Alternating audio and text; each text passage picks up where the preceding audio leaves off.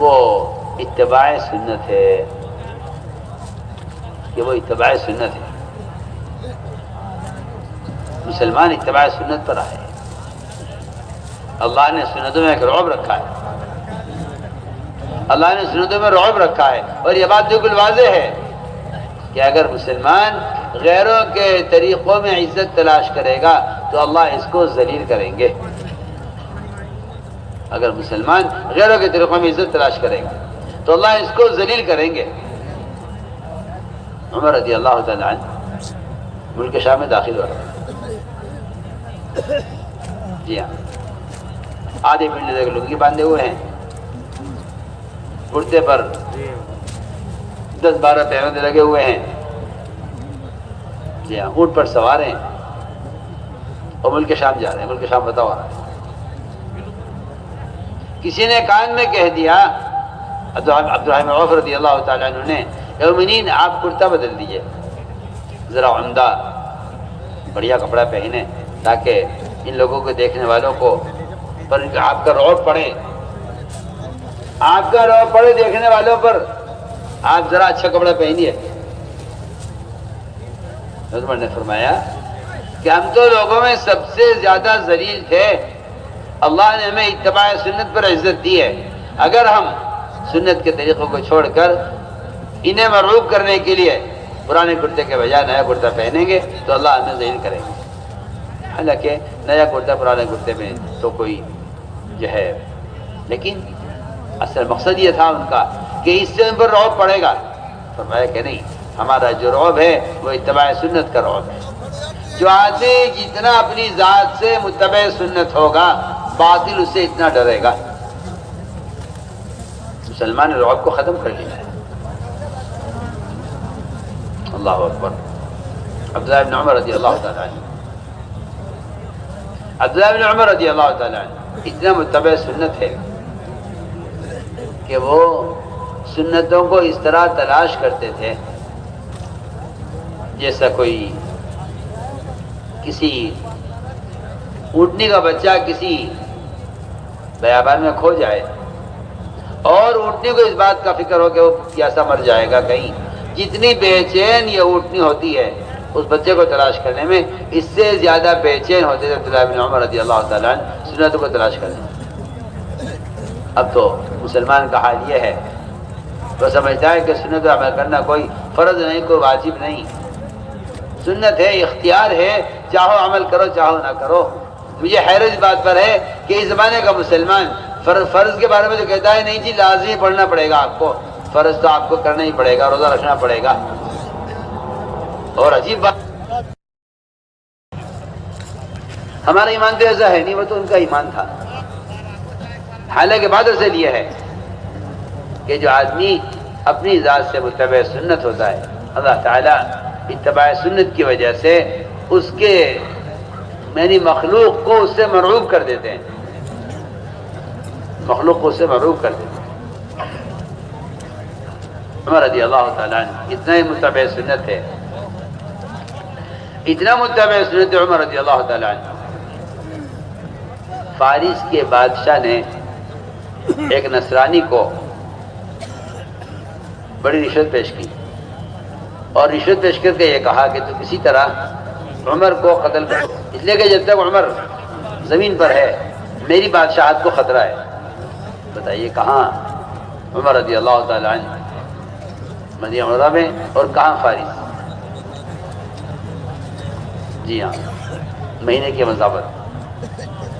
اس لیے کہ بالکل واضح بات ہے کہ 1 مہینے کی مسافت سے آپ نے فرمایا کہ اللہ نے میری مدد کی ہے رعب کے ذریعے، 1 مہینے کی مسافت تک میرا رعب ہے۔ تو عمر رضی اللہ تعالیٰ نے کہا رعب 1 مہینے کی مسافت تک، کہ فارس کے بادشاہ نے ایک نصرانی کو تیار کیا کہ تو عمر کو قتل کر دے۔ وہ وہاں سے خنجر تیار کر کے آیا عمر رضی اللہ تعالیٰ کے قتل کے ارادے سے، آگے دیکھا عمر رضی اللہ تعالیٰ عنہ کو کہ نہ کوئی سیکورٹی ہے، نہ کوئی حفاظت کا انتظام ہے، نہ کوئی محافظ ہے، کام میں لگے رہتے ہیں لوگوں کے، اور کہیں بھی لیٹ کر سو جاتے ہیں۔ ایک درخت تھا، بہت گھنا درخت، اس کے نیچے اس کے سائے میں عمر آ کے لیٹ جایا کرتے زمین پر، ہمیں وہ بھی نہیں تھے۔ اس نصرانی نے دیکھا کہ یہ موقع اچھا ہے اور میں نعوذ باللہ انہیں قتل کر دوں۔ وہ وہاں سے خنجر ہاتھ میں لے کر اس نے جب دیکھا عمر کے نیند سو گئے تو وہ اترنا شروع ہوا خنجر لے کر۔ ابھی وہ اتنا کے ارادہ ہی کر رہا تھا کہ اچانک ایک شیر آیا، اور بڑا خطرناک شیر۔ وہ آ کر عمر کے تلووں کی طرف بیٹھا اور اس نے اپنی زبان سے حضرت عمر رضی اللہ تعالیٰ عنہ کے پیر کے تلوے کو چاٹنا شروع کیا، جس حضرت عمر کو اور نیند آئی۔ حضرت عمر سوتے رہے، یہ حضرت عمر رضی اللہ کے تلوے کو چاٹتا رہا۔ حضرت عمر کی آنکھ کھلی، جب سو کر اٹھے تو شیر ایک طرف بیٹھ گیا، حضرت عمر جہاں بیٹھے رہے کچھ دیر۔ یہ منظر دیکھ رہا تھا نصرانی، اس نے دیکھا کہ اس طرح جنگل سے شیر نے آ کر عمر رضی اللہ عنہ کی طرح حفاظت کی ہے۔ جب شیر چلا گیا تو یہ نصرانی اوپر سے اترا اور سارا واقعہ عمر کو سنایا، اور یہ کہا مجھے تو آپ کو قتل کرنے کے لیے اتنی رشوت دے کر بھیجا گیا تھا، لیکن جو لوگ دنیا میں عدل قائم کرتے ہیں ان کی حفاظت کا انتظام آسمانوں میں ہوتا ہے۔ میں آپ پر اسلام لاتا ہوں اور میں آپ کو گواہ بناتا ہوں کہ میں اس دین اسلام میں داخل ہو گیا ہوں۔ یہ کہہ کر اس نے حضرت عمر کے ہاتھ میں اسلام قبول کیا۔ میں عرض کرنا چاہتا ہوں کہ اتباع سنت پر اللہ تعالیٰ کی طرف سے یہ مددیں ہوتی ہیں۔ تو میرے عزیز دوستو اور بزرگو، یہ ہے بنیادی 3 چیزیں جو میں نے عرض کی ہیں کہ سب سے پہلے دعوت اللہ، اور دوسری شرط اتباع سنت، اور تیسری بات جو میں نے عرض کی ہے کہ اللہ تعالیٰ کے ساتھ بندے کا اگر گمان ٹھیک ہو جائے تو پھر اللہ تعالیٰ اپنے بندے کے گمان کے ساتھ ہو جاتے ہیں۔ اس لیے فرمایا کہ سب سے بنیادی بات یہ ہے کہ مسلمان اتباع سنت پر آئے، مسلمان اتباع سنت پر آئے، مسلمان اتباع سنت پر آئے۔ حضور اکرم صلی اللہ علیہ وسلم صاف فرمایا حدیث میں کہ تمہیں وہ آدمی مومن ہے ہی نہیں کہ جو اپنی تمام دل کی چاہتیں نبی کی چاہت کے تابع نہ کر دے، وہ مومن نہیں ہو سکتا۔ جس کی دلی چاہتیں نبی کی چاہت کے تابع نہ ہوں وہ مومن نہیں ہو سکتا۔ فرمایا لا یؤمن احدکم حتی یکون هواه تبعا لما جئت به، کہ جس آدمی کی دل کی چاہتیں نبی کی چاہت کے تابع نہ ہو جائیں وہ مومن نہیں ہو سکتا۔ اس لیے ایمان کا کمال یہ ہے، ایمان کا کمال یہ ہے کہ مومن پورے دین پر چلے۔ میرے دوستو عزیزو، 3 چیزیں ایسی ہیں، بلکہ 4 چیزیں ایسی ہیں، 4 چیزیں ایسی ہیں جو ایمان کے بغیر حاصل نہیں ہو سکتی۔ 4 چیزیں ایسی ہیں جو ایمان کے بغیر حاصل نہیں ہو سکتی۔ سب سے پہلی چیز، ایمان کے بغیر استقامت نہیں ہو سکتی۔ ایمان کے بغیر استقامت نہیں، اور ایمان کے بغیر جتنے اللہ کے وعدے ہیں، جتنے اللہ کے وعدے ہیں ایمان والوں کے ساتھ، وہ وعدے بھی ایمان کے بغیر پورے نہیں ہوں گے۔ اور تیسری بات یہ ہے کہ ایمان کے بغیر اعمال میں اخلاص بھی نہیں ہوتا۔ اور چوتھی بات یہ ہے کہ ایمان کے بغیر اعمال پر اجر نہیں ملتا۔ میری بات بہت دھیان سے سننا۔ 4 چیزیں ہیں جن کی مومن کو سخت ترین ضرورت ہے، اور یہ 4 چیزیں ایمان کے بغیر حاصل نہیں ہو سکتی۔ سب سے پہلی بات کہ ایمان کے بغیر اعمال پر استقامت نہیں ہوتی۔ یہ بات ہماری یاد رکھنا، ہماری بات یاد رکھنا کہ استقامت کسی عمل کو مسلسل کرنے کو نہیں کہتے۔ ایک آدمی کسی کام کو مسلسل کر رہا ہے، جی ہاں، بعض لوگ ہوتے ہیں کہ جی نماز کے پابند ہیں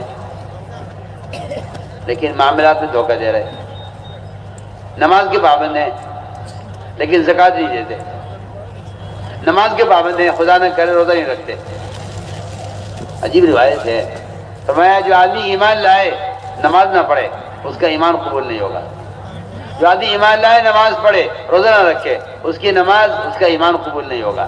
آدمی ایمان لائے نماز پڑھے روزہ رکھے زکوٰۃ نہ دے، اس کا ایمان، نماز، روزہ قبول نہیں ہوگا۔ جو آدمی ایمان لائے نماز پڑھے روزہ رکھے زکوٰۃ بھی دے مگر حج نہ کرے، وہ اس کا ایمان، اس کی نماز، اس کا روزہ، اس کی زکوٰۃ اللہ کے یہاں قبول نہیں ہے۔ کیونکہ بنیادی بات یہ ہے کہ اللہ تعالیٰ کی طرف سے قبولیت اور کامیابی کے لیے پورے دین پر چلنا شرط ہے۔ جی ہاں، کمپنی کوئی چیز ناقص آ جائے واپس کر دیں گے، کمپنی کوئی چیز ناقص بنایا واپس کر دیں گے۔ آپ گھر بنوائیں اور وہ گھر آپ کو ناقص بنا کر دیں، آپ واپس کر دیں گے کہ مجھے ناقص ہی نہیں چاہیے۔ دنیا میں کوئی آدمی کسی کا آرڈر کرے اور وہ آرڈر اس کو مکمل بنا کر نہ دی جائے تو وہ ناقص چیز کو واپس کر دیتا ہے کہ ہمیں آپ پورا تیار کر کے دیجیے، ہم ناقص چیز نہیں لیں گے۔ جب اللہ تعالیٰ نے پورے دین پر چلنے کا حکم دیا ہے تو مسلمان ناقص دین کیسے پیش کر سکتا ہے، اور اللہ اس کے ناقص دین میں کیسے راضی ہو جائے؟ مجھے پہلی بات مجھے عرض کر دی کہ ایمان کے بغیر اعمال پر استقامت نہیں ہے۔ استقامت کسے کہتے ہیں؟ استقامت کسے کہتے ہیں؟ ہماری بات توجہ سننا۔ استقامت کہتے ہیں پورے دین پر چلنے کو۔ اللہ نے فرمایا ہے قرآن میں وَأَنِ اعْبُدُونِي هَذَا صِرَاطٌ مُسْتَقِيمٌ کہ تم میری کامل عبادت کرو، یہ صراط مستقیم ہے۔ تم میری کامل عبادت کرو، یہ صراط مستقیم ہے۔ اللہ تعالیٰ کا عجیب نظام ہے، وہ استقامت کو دیکھنے کے لیے کہ دیکھیں ان میں کتنی استقامت ہے، اللہ تعالیٰ اچانک حکم لے آتے ہیں، اللہ اچانک حکم لے آتے ہیں کسی کام کا کہ دیکھیں ان میں استقامت کتنی ہے۔ اور اللہ تعالیٰ کا عجیب نظام ہے، وہ سب سے پہلے یہ دیکھتے ہیں کہ جو عبادت کر رہا ہے اس عابد کے اندر عبادت سے تواضع پیدا ہو رہی ہے یا بڑائی پیدا ہو رہی ہے، اس عبادت سے بڑائی پیدا ہو رہی ہے یا اس عبادت سے اس کے اندر تواضع پیدا ہو رہی ہے۔ اگر بڑائی پیدا ہوتی ہے تو وہ اگلے کام کا انکار کر دیتا ہے، اور اگر تواضع پیدا ہو رہی ہوتی ہے تو یہ اگلا حکم پورا کر دیتا ہے۔ اللہ تعالیٰ نے، میں نے عرض کیا کہ اللہ نے استقامت دیکھنے کے لیے حکم دیا، فرشتوں کو حکم دیا آدم کو سجدہ کرنے کا، سب نے سجدہ کیا سوائے ابلیس کے۔ استقامت کی بات یہ تھی کہ یہ اس حکم کو پورا کر دیتا، ان نے حکم سے انکار کر دیا۔ تو میں نے عرض کیا کہ اصل میں استقامت پورے دین پر چلنے کا نام ہے۔ وَأَنِ اعْبُدُونِي هَذَا صِرَاطٌ مُسْتَقِيمٌ کہ تم میری کامل عبادت کرو، کامل اطاعت کرو، یہ صراط مستقیم ہے۔ حالات، ماحول دیکھ کر آدمی دائیں بائیں ہوتا رہے۔ میں عرض کرتا ہوں، ایک مین روڈ ہوتا ہے کہ بھئی یہ سیدھا راستہ ہے، اور ایک ہوتے ہیں راستے بائی پاس الگ الگ۔ تو جب مین روڈ پر کوئی دقت پیش آتی ہے تو مسافر یہ سوچتا ہے کہ چلو یہاں سے کچے میں اتر جاؤں اور یہاں سے ادھر ادھر گلیوں میں گھوم گھام کے پھر میں آ جاؤں گا سیدھے راستے پر۔ فرمایا قرآن یہ کہتا ہے کہ میرا سیدھا راستہ نہیں، یا کہ یہ میرا سیدھا راستہ ہی ہے، اس کا اتباع کرو، اور جو اس کے علاوہ چھوٹے چھوٹے راستے اور گلیاں ہیں ان گلیوں میں نہ بھٹک جانا، ورنہ تم سیدھے راستے سے دور ہو جاؤ گے اور سیدھے راستے سے بھٹک جاؤ گے۔ فرمایا کہ استقامت پورے دین پر چلنے کا نام ہے، ورنہ منافقین وہ کفر اسلام کے بارڈر پر چلتے تھے، حالانکہ آپ جانتے ہیں کہ بارڈر کا علاقہ کتنا خطرناک ہوتا ہے، بارڈر کا علاقہ کتنا خطرناک ہوتا ہے، کیونکہ آدمی اگر بارڈر کے علاقے میں چل رہا ہوتا ہے اور اچانک اس کا پیر پڑ جائے دوسرے ملک میں، اسے اندازہ نہیں ہوتا کہ وہ کہاں تک چلا گیا ہے۔ تو آپ کو معلوم ہونا چاہیے کہ کہ ایسے لوگوں کو قید کر لیا جاتا ہے، جیلیں ہو جاتی ہیں، کئی سال گزر جاتے ہیں ان کو جیلوں میں، ان کو چھوڑتے نہیں ہیں، وہ کہتے ہیں آپ ہماری حد میں داخل ہو گئے ہیں۔ جب انسانوں کی ان حدوں کے قائم کرنے کی اہمیت ہے تو جو اللہ نے حدیں قائم کی ہیں، لا تقربوا مال الیتیم، لا تقربوا الزنا، ایک حقوق اللہ میں سے، حقوق العباد میں سے فرمایا کہ لا تقربوا مال الیتیم، یتیم کا مال کے قریب مت جانا۔ اللہ تعالی حدود سے دور رہنے کا حکم دیتے ہیں۔ تو میں نے عرض کیا کہ جو لوگ منافقین جو ہوا کرتے تھے وہ کفر اسلام کے بارڈر پر چلتے تھے، اللہ نے عجیب ان کا حال بیان کیا ہے۔ فرمایا وَمِنَ النَّاسِ مَن يَعْبُدُ اللَّهَ عَلَىٰ حَرْفٍ، ایسے بھی لوگ ہیں جو کفر اسلام کے بارڈر پر چلتے ہیں، نہ پورے دین میں، اللہ مجھے معاف فرمائے، نہ پورے اسلام میں، نہ پورے کفر میں۔ جی ہاں، یہ ایک میری بات بہت ضروری ہے۔ مسلمان نے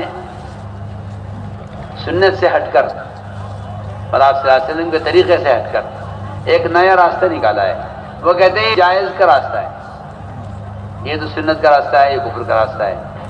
اس کے درمیان ایک راستہ ہے جواز کا، کہ چلو ایسے بھی کر لیتے ہیں۔ حالانکہ ایسا کوئی راستہ نہیں ہے، راستے صرف دو ہیں، یہ اتباع سنت ہے، اتباع بدعت ہے، یہ اتباع سنت ہے، یہ اتباع ہدایت ہے، اتباع گمراہی ہے۔ دو راستے ہیں، صرف دو راستے میں سے ایک راستہ آدمی اختیار کر لیں۔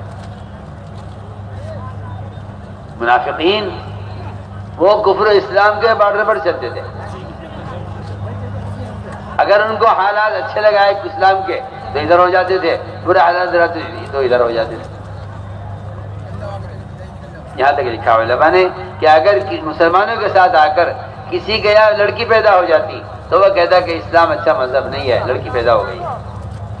آپ دیکھیں لڑکی کا پیدا ہونا جو انسان کے اختیار سے باہر کی چیز ہے، اس پر منافقین یہ کہتے تھے کہ اسلام میں خیر اور شر وہ اس پر ہے کہ لڑکی پیدا ہو تو اسلام میں کوئی خیر نہیں ہے، اور اگر کافروں کے ساتھ اگر لڑکا پیدا ہو جائے تو کہتے تھے کہ کفر والا دین یا جو کافروں کا مذہب یہ برکت والا مذہب ہے، نعوذ باللہ یہ صحیح دین ہے۔ فرمایا کہ استقامت تو یہ ہے کہ آدمی پورے دین پر چلے، استقامت یہ کہ پورے دین پر چلے۔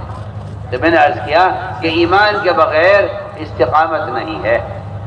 ان الذین قالوا ربنا اللہ ثم استقاموا، کہ جو رب پر ایمان لائے ہیں ان کو تو چاہیے کہ وہ استقامت کے ساتھ چلیں، یعنی اللہ کے ہر حکم کو پورا کریں، اللہ کے ہر حکم کو پورا کریں۔ یہ اللہ تعالیٰ کے جو احکام آتے ہیں وہ احکام آتے ہیں کبھی حیثیت کے خلاف، کبھی ماحول کے خلاف، کبھی معمول کے خلاف، کبھی انسان کی ضرورت کے خلاف۔ آپ غور کیجیے، اللہ تعالیٰ نے گدھے کے گوشت کو حرام کیا ایسے موقع پر جب صحابہ سفر میں تھے، وہ کھانا ختم ہو گیا، کھانے کے لیے کچھ نہیں تھا، گدھے اس زمانے میں حلال تھے، صحابہ نے گدھا ذبح کیا، اس کا گوشت بنایا، جب گوشت تیار ہو گیا اور صحابہ کھانے کے لیے بیٹھنے لگے، اچانک حکم آ گیا اللہ کی طرف سے، آپ نے فرمایا جاؤ اعلان کر دو جا کے صحابہ میں کہ اللہ نے اسی وقت گدھے کے گوشت کو حرام کر دیا۔ کیوں؟ اللہ تعالیٰ امتحان لینا چاہتے ہیں میرے بندے میری بات مانتے ہیں یا نہیں۔ یہ نہیں کہا جی مدینے پہنچ جائے تھے پھر حرام ہو جاتا، اس کے علاوہ کھانے کو کچھ اور مل جاتا پھر یہ حرام کر دیا جاتا۔ کھانے کے لیے اور کچھ نہیں ہے، بھوک کی شدت ہے اور گدھے کا گوشت حرام کر دیا اللہ نے۔ ہم دیکھنا چاہتے ہیں انہیں استقامت ہے یا نہیں۔ اللہ تعالیٰ استقامت کو جانچنے کے لیے، یہ بہت ضروری بات کر رہا، اللہ مومن کی استقامت کو جانچنے کے لیے اچانک حکم لے آتے ہیں اس کی ضرورت کے خلاف، حالانکہ کھانا ضرورت ہے اور بھوک کا وقت ہے اور حلال گوشت موجود ہے۔ اللہ نے دیکھنے کے لیے کہ میری اطاعت کتنی کرتے ہیں، اللہ نے اچانک گدھے کے گوشت کو حرام کر دیا، کو حکم نہیں۔ اللہ تعالیٰ نے صحابہ کرام کے کیسے کیسے امتحان لیے ہیں، اللہ اکبر۔ یہاں تو ضرورت کا مسئلہ پیش آ گیا، اس نے امتحان لے لیا. ادھر عبادت میں امتحان لیا کہ تمام صحابہ آپ صلی اللہ علیہ وسلم کے ساتھ نماز پڑھتے تھے بیت المقدس کی طرف منہ کر کے. اچانک نماز میں حکم آ گیا آپ رخ پھیر لیجیے بیت اللہ کی طرف. آپ کے صحابہ فوراً گھوم گئے. اللہ نے امتحان لیا کہ دیکھیں اگر ہم ان کا رخ بدلتے ہیں نماز میں تو کیا یہ نماز ادھر ہی پڑھتے رہتے ہیں بیت المقدس کی طرف، یا ان کا یہ اپنا قبلہ بدل لیتے ہیں. فوراً صحابہ گھوم گئے بیت المقدس سے بیت اللہ کی طرف. اللہ نے فرمایا میں نے یہ اس لیے کیا ہے کہ ہم دیکھنا چاہتے ہیں کون نبی کا اتباع کرتا ہے کون نہیں کرتا. میرے دوستوں صرف اتنی بات نہیں ہے بلکہ حضور اکرم صلی اللہ علیہ وسلم نے اپنے صحابہ کا امتحان اس طرح بھی لیا ہے کہ دیکھیں ان کو اپنی ماں سے، اپنے باپ سے، اپنی بیوی سے، اپنے بھائی سے، اپنے قبیلے سے، اپنے خاندان سے، اپنے وطن سے، اپنی دکان سے کس چیز سے محبت زیادہ ہے ہمارے مقابلے میں. سوچیے آپ. اللہ نے حکم دیا ابراہیم علیہ السلام کو بیٹے کو ذبح کریں. انہوں نے بیٹے کو ذبح کر کے ثابت کر دیا کہ ہمیں اولاد سے محبت نہیں اللہ سے محبت ہے. ادھر ابراہیم علیہ السلام نے تو بیٹے کو ذبح کیا. حضور اکرم صلی اللہ علیہ وسلم نے مدینہ منورہ میں ایک ایسے صحابی کو پکڑا جو اپنے باپ سے زیادہ محبت کرتے تھے. اپنے باپ سے محبت کرتے تھے. سب سے زیادہ اپنے باپ کو چاہنے والے صحابی آپ ان کو پکڑا، فرمایا یہاں آؤ، جاؤ اپنے باپ کا سر کاٹ کر لاؤ. یعنی سوچیے آپ کسی بیٹے کو پکڑ کر یہ کہنا اپنے باپ کا سر کاٹ کے لاؤ، کوئی آسان بات. ان صحابی نے پوچھا نہیں آپ سے پلٹ کر کہ جی کیا جرم ہو گیا، اگر کیا غلطی ہو گئی میں لے آؤں گا سر کاٹ کے، آپ کا حکم ہے، مگر آپ بتائیے دوسری کیا غلطی کیا ہو گئی. انہوں نے آپ سے پوچھا نہیں. روایت میں ہے یہ صحابی فوراً دوڑے، میں کہاں جا رہے ہو؟ عرض کیا کہ آپ کا حکم ہے میں باپ کا سر لے کر آتا ہوں. یعنی میں کہتا ہوں کہ یہ کوئی خاص صحابی نہیں تھے، پوری امت ایسی بنائی گئی تھی، پوری امت کہ محمد صلی اللہ علیہ وسلم کے اشاروں پر جان دینے والے، آپ کے اشاروں پر آپ کے دشمنوں کی جان لینے والے آپ نے ایسے تیار کیے تھے. یہ صحابی دوڑے فوراً. کہاں جا رہے ہیں؟ کہ آپ میں سر لے کر آتا ہوں باپ کا. اور میں ہم سے تمہارا امتحان لے رہے تھے کہ تمہیں ہم سے محبت زیادہ ہے باپ سے زیادہ ہے. اب دیکھ لو مسلمان کا، اگر باپ کہتے کہ اس سے عمل نہیں کرنا ہے، کہتے کہ ٹھیک ہے پاجی جیسا آپ کا حکم ہو. لا طاعت لمخلوق فی معصیۃ الخالق. اگر ساری دنیا تم سے کہے یہ سنت چھوڑ دو، تم یہ کہو کہ میں آپ کے تابع نہیں ہوں، میں آپ پر ایمان نہیں لایا، میں ایمان لایا ہوں محمد صلی اللہ علیہ وسلم پر، میرے نبی، میرے ایمان، میرے مقتدی محمد صلی اللہ علیہ وسلم ہیں. آپ کو کوئی حق نہیں ہے اس کا کہ آپ مجھے سنت سے روکیں، اس لیے کہ میں آپ پر ایمان نہیں لایا، میں ایمان لایا ہوں رسول پر ایمان لایا ہوں. رسول پر ایمان لانے کا مطلب ہی یہی ہے کہ آپ رسول کی اطاعت میں اس کے غیر کی بات نہ مانیں، اور اللہ پر ایمان لانے کہتے ہی اس کو ہیں کہ آپ اللہ پر ایمان لانے میں اللہ کے غیر کی بات نہ مانیں. ورنہ تو صاف کہا ہے قرآن نے کہ جس شخص نے اللہ کے حکم کے مقابلے میں اس کے غیر کی بات مانی ہے اس نے اللہ کے غیر کو رب بنا لیا ہے. بالکل صاف قرآن کی آیت کا ترجمہ ہے. آپ نے صاحب عدی بن حاتم سے، عدی اگر تم نے اپنے علماء مشائخ کی بات کو سنا اللہ تعالیٰ کے حکم کے خلاف، تو تم نے اپنے علماء اور مشائخ کو اللہ کے مقابلے میں رب بنا لیا ہے. یہ آپ نے عدی بن حاتم نے صاف فرمایا. اسی کو اللہ قرآن نے بیان کیا ہے، اتخذوا احبارهم ورهبانهم اربابا من دون اللہ. تو میں نے عرض کیا کہ اللہ تعالیٰ امتحان لیتے ہیں اس طرح